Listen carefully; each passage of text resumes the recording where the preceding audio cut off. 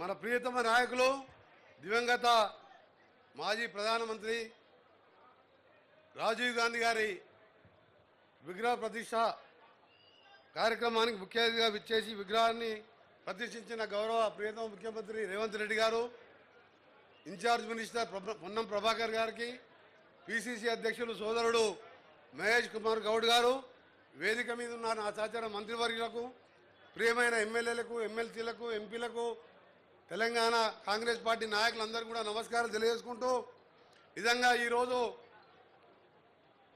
మన దేశాన్ని 21st సెంచరీకి తీసుకుపోవాలని చెప్పి ఆలోచన చేస్తూ దేశ ఐక్యత కోసం ప్రాణాలు వదిలిపెట్టిన నాయకుని విగ్రహం నిజంగా ఆ విగ్రహాన్ని చూస్తే సజీవంగా ఉన్నట్టే కనిపిస్తుంది. ఈరోజు ఆలోచన చేసి ఇక్కడ విగ్రహాన్ని ఏర్పాటు చేయడానికి మా R&B శాఖ ఆదేశాలు ఇచ్చిన గౌరవ ముఖ్యమంత్రి గారికి ముందుగా కృతజ్ఞత తెలియజేసుకుంటూ, అలాంటి నాయకుడు దేశం కోసం తల్లిని పోగొట్టుకున్నాడు, ఆయన ప్రాణాలు వదిలిపెట్టిండు దేశం కోసం. చిన్న పిల్లల నుండి సోనియా గాంధీ గారు ఆ రోజు రాజకీయాల దూరంగా ఉండి మళ్ళా దేశం కోసం అందరు కోరితే మళ్ళా రాజకీయాలకు వచ్చిండు.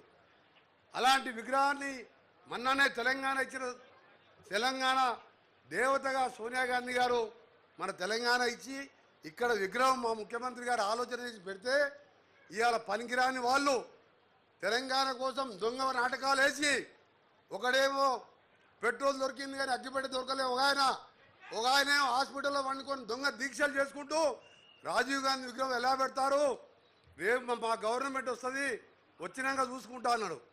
నీకు సిగ్గుండాలి. 3 నెలల కింద పార్లమెంట్ ఎన్నికలు జరిగితే 9 సీట్లలో 3వ స్థానం పోయినావు, 7 సీట్లలో డిపాజిట్ పోయి మళ్ళా గవర్నమెంట్కి వస్తావా నువ్వు? రాజీవ్ గాంధీ గురించి మాట్లాడి, త్యాగాల కుటుంబం గురించి మాట్లాడే మీ దోపిడి కుటుంబానికి ఆ అర్హత కూడా లేదు. ఎందుకంటే ఆ కుటుంబం దేశం కోసం ప్రాణాలు అర్పించింది. ఇవాళ తెలంగాణ పిల్లలు చనిపోతుంటే 20 స్థానాలున్న ఆంధ్రప్రదేశ్లో ఒక వార్డు మెంబర్ లేకున్నా పార్టీని పోగొట్టుకొని తెలంగాణ ఇస్తే ఇవాళ అలాంటి సోనియా గాంధీ గారి భర్త మాజీ ప్రధానమంత్రి 18 సంవత్సరాలకే ఓటు హక్కు కల్పించి యువత ఓటుతోనే దేశం మలుపు తిరుగుతుందని చెప్పి ఆలోచన చేసిండు. గ్రామ పంచాయతీలకు నేరుగా ఆ కాలంలో 2-3 లక్షల నిధులు వచ్చాయి. అలాంటి నాయకుడిని విగ్రహాన్ని తీసేశారంట. మిస్టర్ కేటీఆర్, కొద్దిగా నీ మానసిక పరిస్థితి కూడా మాకు డౌట్ అనిపిస్తున్నది. 16 సీట్లలో నువ్వు ఓడిపోయినా కానీ మళ్ళా గవర్నమెంట్ వచ్చే ఆలోచన ఉందంటే నీ ఆరోగ్యం కూడా డాక్టర్లతో చెక్ చేసుకోవాలని ఎక్కువ మాట్లాడకుండా, ఎందుకంటే పొద్దున ఆ మాట చూసిన తర్వాత నీ నల్గొండలో ఉండి అక్కడనే మాట్లాడినా బాధ అనిపిస్తున్నది. ఆ కుటుంబం గురించి మాట్లాడుతుంటే ఒక ఆయనేమో పెద్ద మంచి సాగు నోట్ల తలకాయ పెట్టుకొచ్చినాను, పిల్లలేమో చచ్చిపోయిన 1100 మంది, ఈయనేమో సాగు నోట్ల పెట్టి బయటకు దుంకొచ్చింది. ఈయన దొంగ కుటుంబం. ఇవాళ మా నాయకుడి మీద మాట్లాడిన మాటలకు కేటీఆర్ గారు వెంటనే క్షమాపణ చెప్పాలని మరొకసారి తెలంగాణ ప్రజల తరఫున, కాంగ్రెస్ పార్టీ కార్యకర్తల తరఫున మా గౌరవ ముఖ్యమంత్రి గారికి ఇంత మంచి విగ్రహం ఈ మంచి స్థలంలో రేపు గణేష్ పూజలు చేసుకొని నిమజ్జనం చేసుకునే సమయం ముందు రోజు ఇక్కడ ఆవిష్కరించుకోవడం నిజంగా మన అదృష్టంగా భావిస్తూ, మళ్ళీ డిసెంబర్ 9వ తారీఖు రోజు 10 ఏళ్ళ అధికారం ఉంటే ఫామ్ హౌస్కే పరిమితమైన తప్ప తెలంగాణ తల్లి విగ్రహం వాళ్ళని జ్ఞాపకం రాలే. మందనే ముఖ్యమంత్రి గారు శంకుస్థాపన చేసిండు.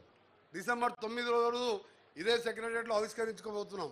ఈ సందర్భంగా తెలంగాణ రాష్ట్రం అభివృద్ధి కావాలని వారు చేసే కార్యక్రమాలన్నీ కూడా మనకు తెలుసు. వారు చెప్తారు, ముఖ్యమంత్రి గారు వారి నాయకత్వంలో మేము మంత్రులం, ఎమ్మెల్యేలం, ఎమ్మెల్సీలం అందరం కూడా తెలంగాణ రాష్ట్ర అభివృద్ధికి పనిచేస్తామని తెలియజేసుకుంటూ మరొకసారి ముఖ్యమంత్రి గారికి ధన్యవాదాలు తెలియజేసుకుంటూ, ఎందుకంటే ఈ సెక్రటరియట్ దగ్గర ఇంత మంచి విగ్రహం కాదు నిలువెత్తు ఆయన చూస్తున్న సాక్షాత్ రాజీవ్ గాంధీ బతికొచ్చినట్టు అనిపిస్తున్నావు.